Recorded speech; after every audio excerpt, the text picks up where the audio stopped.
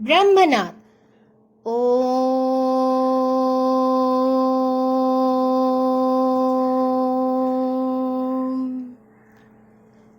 Om.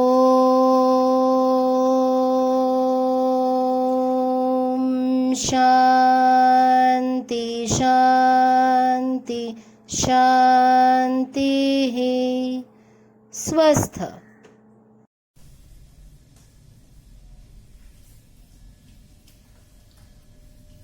Students, a very warm morning to all my dear students. Today in this class we are going to complete the chapter after 20 years. Before we go to the third unit or concluding part of the third unit, let's just quickly recapitulate or memorize what did we learn in the last class. In the last class, we discussed that the stranger who was standing at the door of the hardware shop, he was waiting for his friend with whom he had an appointment which was made 20 years back. And when he was standing, the weather was quite unfavorable. It was getting more colder, and the drizzle had now turned literally into rains, and people all were wearing long coats with their hands pocketed or hands inside the pocket because it was extremely cold, and the road or the street was de-peopled. Everybody had been back home. He waited for 20 minutes. And then finally he saw that a tall man with a long overcoat with his collar up to his ears and hand pocketed came towards him, and in a very doubtful manner with suspect did address the stranger that, "Is that you, Bob?" Bob, the stranger, also addressed the tall man as, "Is that you, Jimmy?" Both were happy to meet each other, both the friends, Bob and Jimmy, who had an appointment 20 years back, were very, very excited and happy. They caught hold of each other's hands. They started walking down the lane, talking to each other, and in the course of discussion, the tall man, or Jimmy, started telling him that we would also have dinner again tonight if the restaurant would be there, but it's no more. The Brady's restaurant is no more. And finally he suggests that I know a better place. Let's go there, sit and talk about ourselves. The past 20 years, what we have done, where we have reached. Let's sit and have a conversation or a chat. Okay, now, so let's get to the concluding part of Unit 3. I begin. The two men started up the streets arm in arm. So both the friends were very excited and thrilled to meet each other after 20 years. And so, while walking down the lane or the street, what did they do? They put arm in arms and they started walking. The man from the west, somewhat puffed up by success, was talking of his professions and of his important friends in Chicago and elsewhere. So, the man from the west, who was the man? The stranger, or the man who has been addressed as Bob. He was puffed up. You know what puffed up literally means? Feeling proud. Here it means that the man from the west was very proud about his possessions, about the money, the wealth that he had acquired from the west. He was proud of himself. He was feeling puffed up. But puffed also has a separate meaning, which means out of breath. Okay? It also means out of breath. Although it doesn't mean over here, but you should know what it means. Puffed also means out of breath. So I have example for you to understand what does out of breath mean. It means that, I have given an example. He felt puffed after climbing to the top of the apartment block. So feeling breathless, out of breath, also means puffed. Here it's puffed up. Here it means in this chapter, feeling proud. So the man from the west, or Bob, or you can address him as a stranger, was feeling proud of himself because of the possessions, the money, the wealth that he had acquired. Okay? And the other, covered with his overcoat, was listening with rapt attention. Rapt means deep. The other man, who was tall enough and was addressed as Jimmy, he wasn't saying anything. He was very silently listening to whatever Bob or the stranger or the man from the west was trying to say. They had not yet taken a good look at each other's face. They neared a medicine store lit brilliantly with electric lights. There each of them turned simultaneously to gaze at the other's face. So by then, as it was dark enough in the street and all the shops were closed, so it was dark. So when the stranger did meet the tall man and started their conversation while they walked down the lane or the street, they had not taken a look. They hadn't seen each other's face. Okay? And so when they slowly, while they walked, they neared a medicine store which was lit brilliantly. The lights blazed. Okay? Which was lit brilliantly, and electric lights were, and the lights blazed, or there was enough light where they could see each other's face. What happened there? There each of them turned simultaneously. Simultaneously means at the same time. At the same time, both of them turned towards each other as they wanted to pay a look, as they wanted to look at each other's face, which they had not. To gaze at each other's face. Gaze means to look steadily and intently, especially in admiration, surprise or thought. Okay? In any of the emotions, you may look at somebody, you may gaze at somebody, to look at somebody constantly, intently, with admiration or with surprise or with thought. And so both of them, when they neared a medical store which was lit brilliantly with electric lights, light was enough to look at each other's face. At that time, both of them, at the same time, they turned towards each other and started looking at each other's face.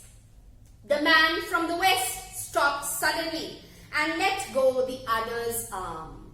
So when they looked at each other's face, the man from the west, or the stranger, or Bob, immediately took his hand off, because they were walking arm in arm. Okay, like friends, they have met after 20 years. To show the closeness, affection. Okay, so they were walking arm in arm, and now the man from the west, the moment they saw each other's face, he just took off his hand. He felt something doubtful, or he felt suspecting. Let's see what it is. You are not Jimmy Wales. He faltered. Faltered means speak hesitantly, not very clearly, indistinctly. That what means faltered. So the moment they saw each other's face, the man from the west immediately took his hand off from the other's arm, and then he said that you are not Jimmy Wales. Okay, he was surprised. He faltered. He spoke in an inhesitating voice, or indistinctly. 20 years is a long time, but not long enough to change a man's sharp nose to a flat one. So what does he question?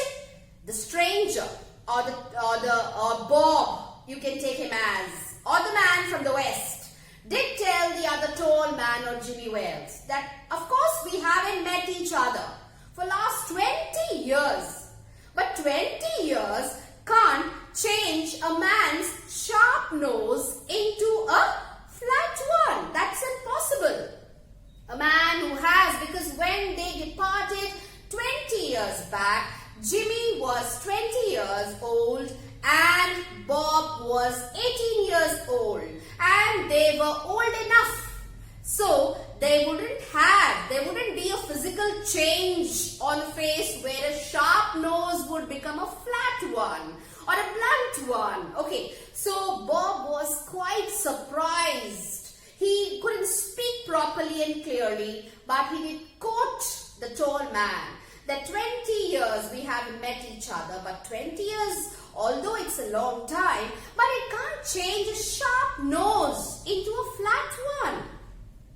It sometimes changes a good man into a bad one, said the tall man. See the answer given by the tall man, or Jimmy Wales, as you can take him as. So the tall man says, see, it may not change a sharp nose into a flat one, but it can change a good man into a bad one. You have been under arrest for 10 minutes, Bob, or whatever your name is. So the tall man says to the stranger, or Bob, that you are under arrest for 10 minutes. 10 minutes that we have spent with each other, and the moment I did come here, we met. Since then, for last 10 minutes, you are under arrest. The Commissioner of Police, Chicago, longs to have a chat with you in connection with some bundle of $5 notes which have come his way. And what does he say further?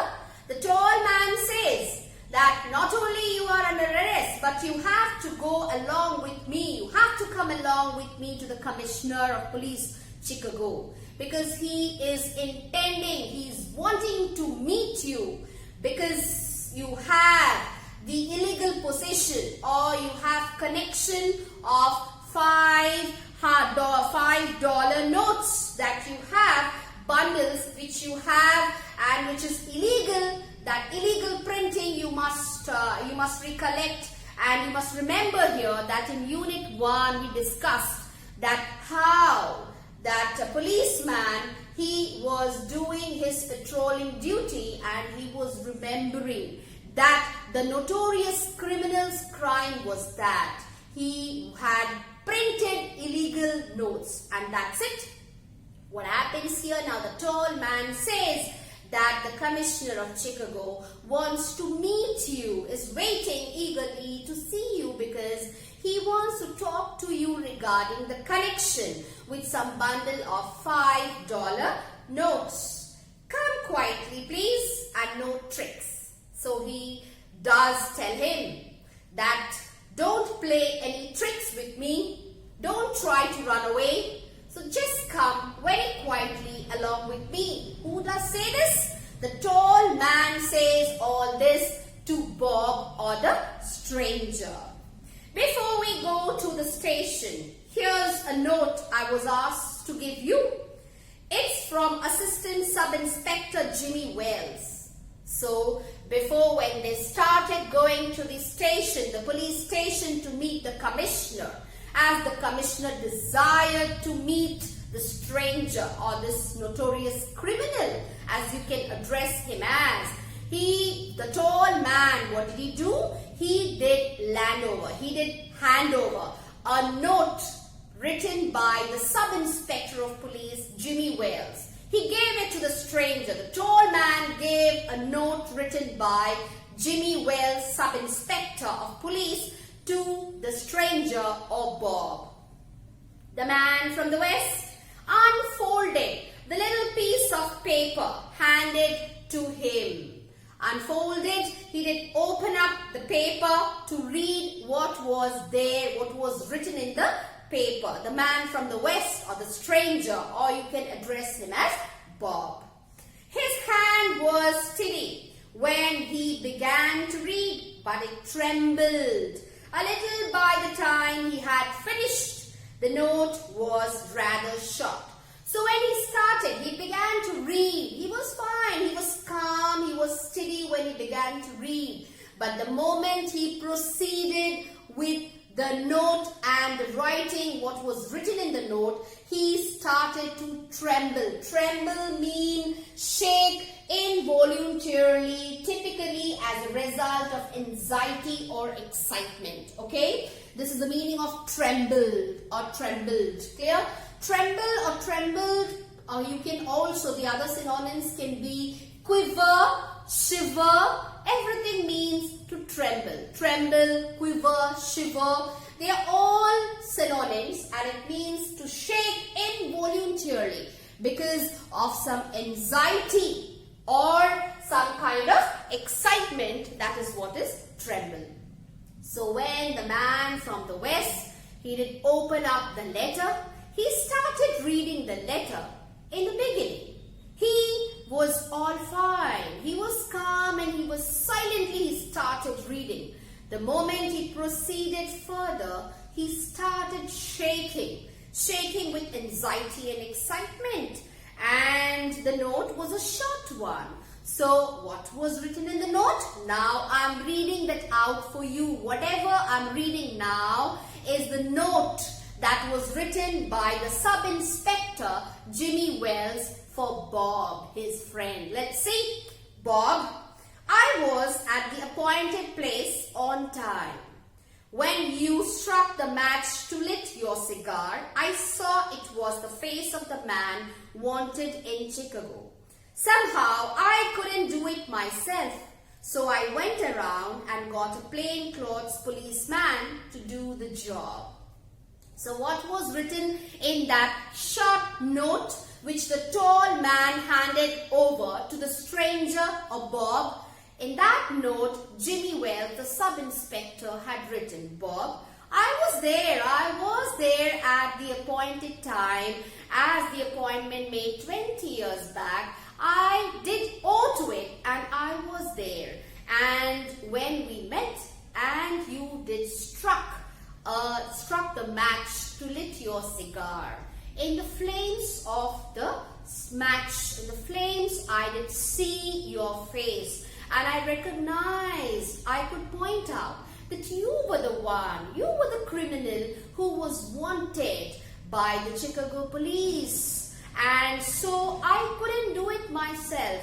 If I wanted, I could have arrested you then and there itself. But I couldn't do it myself because we are good friends. We met after 20 years and I couldn't do it myself. But I couldn't let you go because I was bound by my duty. And so what did he write? He says that I did send a policeman in plain clothes. I sent another person, the tall man who came, met Bob and addressed him as Bob, spoke to Bob, was indeed a policeman in plain clothes. He said that I sent this tall man as in plain clothes to meet you and do the job. Do the job means get you arrested, which I couldn't do as a friend of yours, meeting you after 20 years. But I couldn't let you go because I was bound by my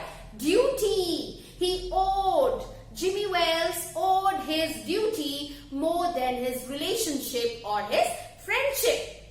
He gave his duty priority without giving priority or letting go his friend whom he was or he had met 20 years after. So he did send a policeman in plain clothes to do the job or to get Bob or the stranger arrested. So with this, we have completed the chapter after 20 years. So before we wind up or finish up, let's just discuss two questions. Why did Jimmy get Bob arrested? Jimmy got Bob arrested because Bob was a notorious criminal who was wanted by Chicago police as his crime was that he had printed illegal $5 notes or counterfeit of $5 notes. And as a criminal, he was at liberty or he was at freedom and he was needed to be behind the bars. And Jimmy was a sub-inspector who was working in Chicago Police Department. Clear? So that's how you need to put down your answer within 70 words. Did Jimmy keep his appointment? The second question. Did Jimmy keep his appointment with Bob after 20 years? Yes, Jimmy did keep up his appointment as a true friend. He did meet Bob after 20 years at the appointed time and place as decided 20 years back. What consideration did he show for his old friend? As Jimmy Wells was a sub-inspector of police and he couldn't really arrest Bob, whom he was meeting 20 years after himself, and couldn't let him go because he was bound by duty. He gave his duty more priority than his friendship or relationship. So he did send a policeman in plain clothes to get Bob arrested. Okay, so with this we end up after 20 years. Thank you.